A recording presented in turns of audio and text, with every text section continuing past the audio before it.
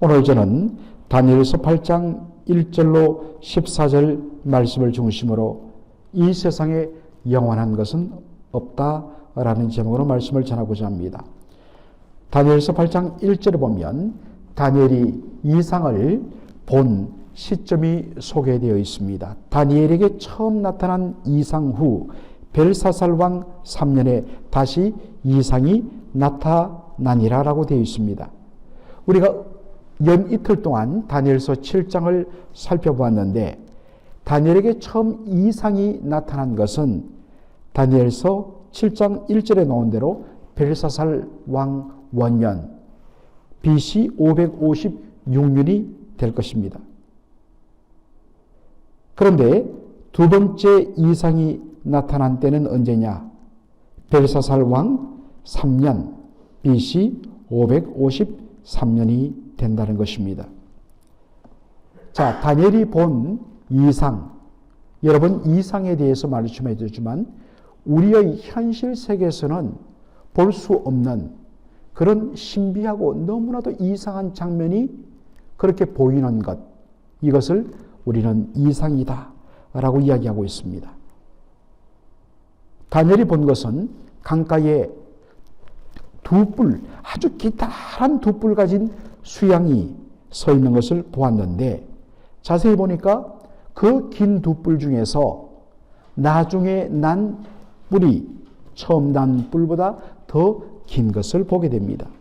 그리고 두 뿔 가진 수양은 서와 북과 남을 향하여서 사정없이 그 긴 뿔로 들이받는 것을 보게 된 것입니다.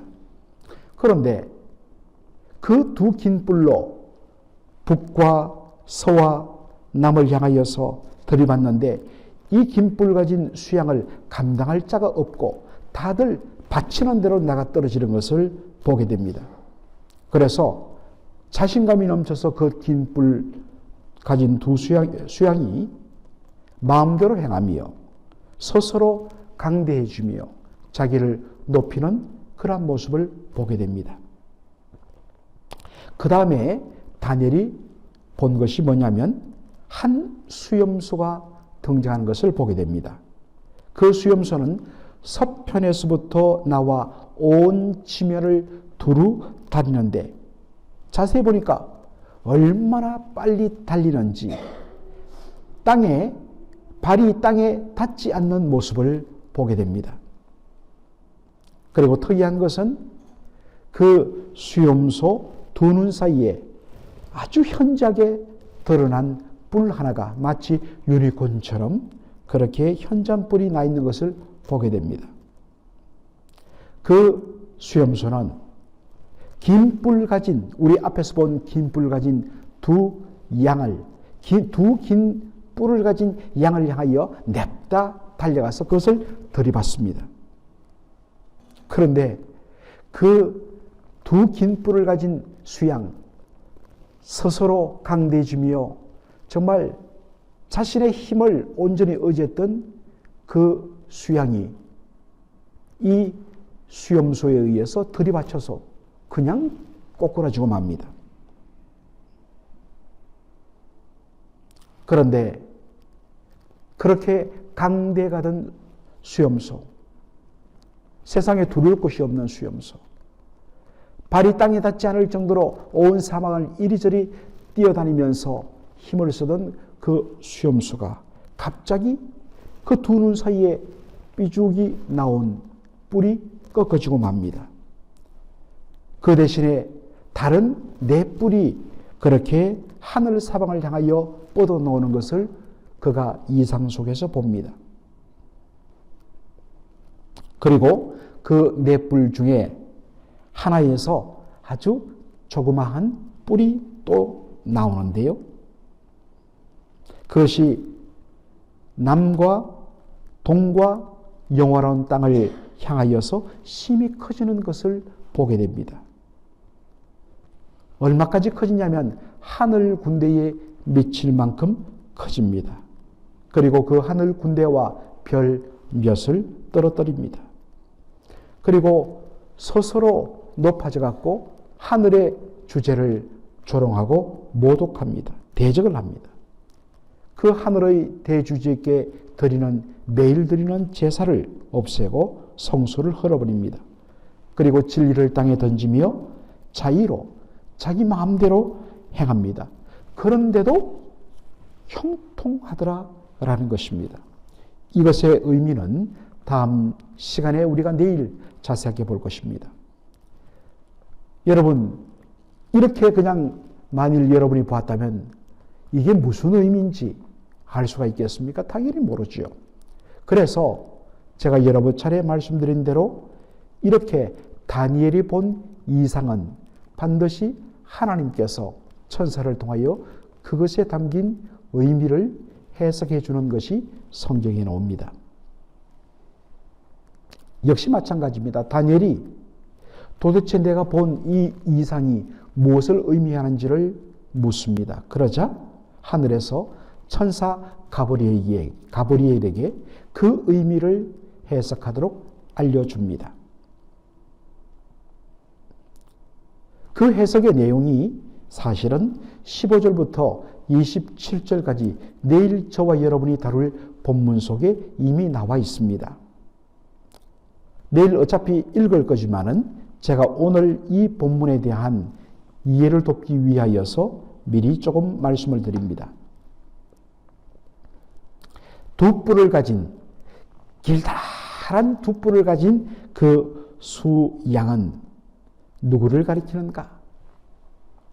여러분, 다니엘서 8장 20절 보면 두 뿔 가진 수양은 메대와 바사라는 것은 페르시아를 뜻하죠. 이 메대와 바사 나라, 이 연합 왕국이 오늘날 바로 이란의 모체가 되는 것입니다. 자, 그런데 아까 보니까 그 수양의 머리에 긴 뿔이 났는데 처음 난 뿔보다 나중에 난 뿔이 더 길더라 라고 되어 있죠. 이것이 무엇을 의미하냐면 처음에는 메대 나라가 바로 이 페르시아 바사 왕국보다 훨씬 더 강했습니다. 그래서 메대가 바사를 속국으로 삼았습니다. 같은 민족의 뿌리를 가지고 있는데, 그런데 바로 이 후발자인 바사 페르시아 왕국의 고레스 왕이 등장하면서 역전이 됩니다. 그래서 고레스 왕이 메대 왕국을 흡수 통합하면서 메대 페르시아 제국을 만들게 되는 것이죠. 그 긴 뿔을 가진 수양은 서와 북과 남을 향하여 머리를 들이받았다 했습니다. 페르시아, 오늘 이란을 중심으로 서쪽은 바로 그리스, 헬라를 가리킵니다. 그리고 북쪽은 리디아를 가리킵니다. 그리고 남은 바로 애굽, 이집트를 가리키는 것이죠. 놀랍게도 이 페르시아 제국 시절에 멀리는 헬라 제국, 그리스와의 전쟁을 여러 차례 치렀고, 그리고 수많은 땅들, 이집트를 포함하여 수많은 땅을 바로 침공하여 정복한 것을 우리가 역사를 통하여 압니다. 자, 그 다음 나타난 털이 많이 난 수염소, 그 두 눈 사이에 현저한 뿔이 나 있는 수염소는 누구를 가리키는가? 다니엘서 8장 21절에 보면 그 수염소는 헬라 왕이다. 그리고 특별히 두 눈 사이에 있는 그 현저한 뿔은 그 첫째 왕을 가리킨다라고 말씀하고 있습니다. 여러분, 이 사람의 정체는 누구일까요? 그는 바로 헬라 제국, 특별히 마게도니아 왕국의 위대한 왕이었던 알렉산더 대왕이었습니다. 알렉산더는 BC 336년에 약관 20살의 왕위에 오릅니다. 그리고 6년 후인 BC 330년 그의 나이 26살 때에 그 당시 세계 최강대국이었던 페르시아 제국을 무너뜨려 버립니다. 멸망시켜 버립니다. 바로 이것을 보여주는 것이 그 수양이 달려와서 긴 뿔 가진 수양을, 그 수염수가 김불 가진 수양을 들이받아 무너뜨렸다 하는 내용이 되는 것입니다. 얼마나 잘 나가든지 정말 동서남북 저 인도로부터 애굽까지 온 세상을 완전히 휘어잡습니다. 정말 발이 땅에 닿지 않을 정도로 그렇게 달려가면서 온 세상을 정복해 나갔습니다. 그런데 한참 잘 나갈 때 그 뿔이 꺾어졌다고 이야기했죠. 알렉산더 대왕이 323년에 동방 원종 돌아오는 중에 말라리아에 걸려갖고 한 주 만에 그냥 죽고 맙니다. 그의 나이 33살 때입니다. 20살의 나이에 왕위에 올라갔고 13년간 정말 온 세계를 휘어잡던 33살이니 얼마나 앞으로 더 남은 시간들이 많고 권세가 많겠습니까? 영원히 누릴 것처럼 보였던 그 권세가 13년 만에 어이없게도 말라리아, 모기에 물려갖고 말라리아에 걸려가고 그냥 죽어버린 것입니다. 이것을 묘사한 것이 바로 심히 강대하여 가더니 강성할 때에 그 큰 뿔이 꺾여졌더라 라는 말씀의 의미가 되는 것입니다. 그가 죽자 어떤 일이 일어납니까? 그 두 눈 사이에 현저한 뿔이 갑자기 꺾이니까 대신에 네 뿔넷이 하늘 사방을 향하여 그렇게 났다라고 되어 있죠.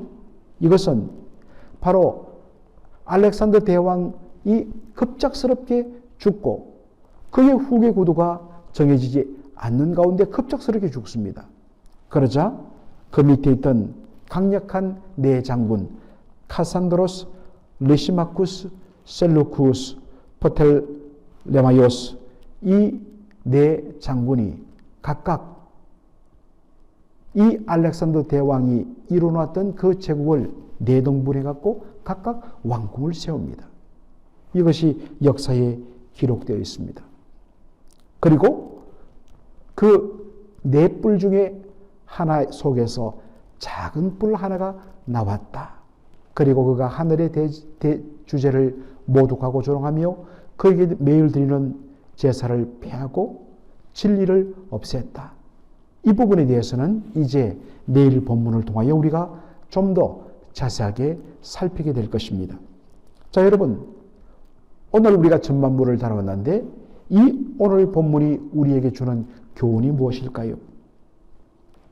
그것은 다니엘서 전체의 주제와 다 있는 내용입니다. 바로 세상 나라 권세의 유한함과 그 영광이 너무나도 일시적이고 한순간이란 사실입니다. 절대로 멸망당하지 않고 자신의 그 권세와 영광이 영원토록 유지될 것이라고 자신했습니다. 페르시아도, 아니 그 전에 바빌론도, 페르시아도, 그리고 페르시아를 한순간에 무너뜨린 알렉산더 대왕도.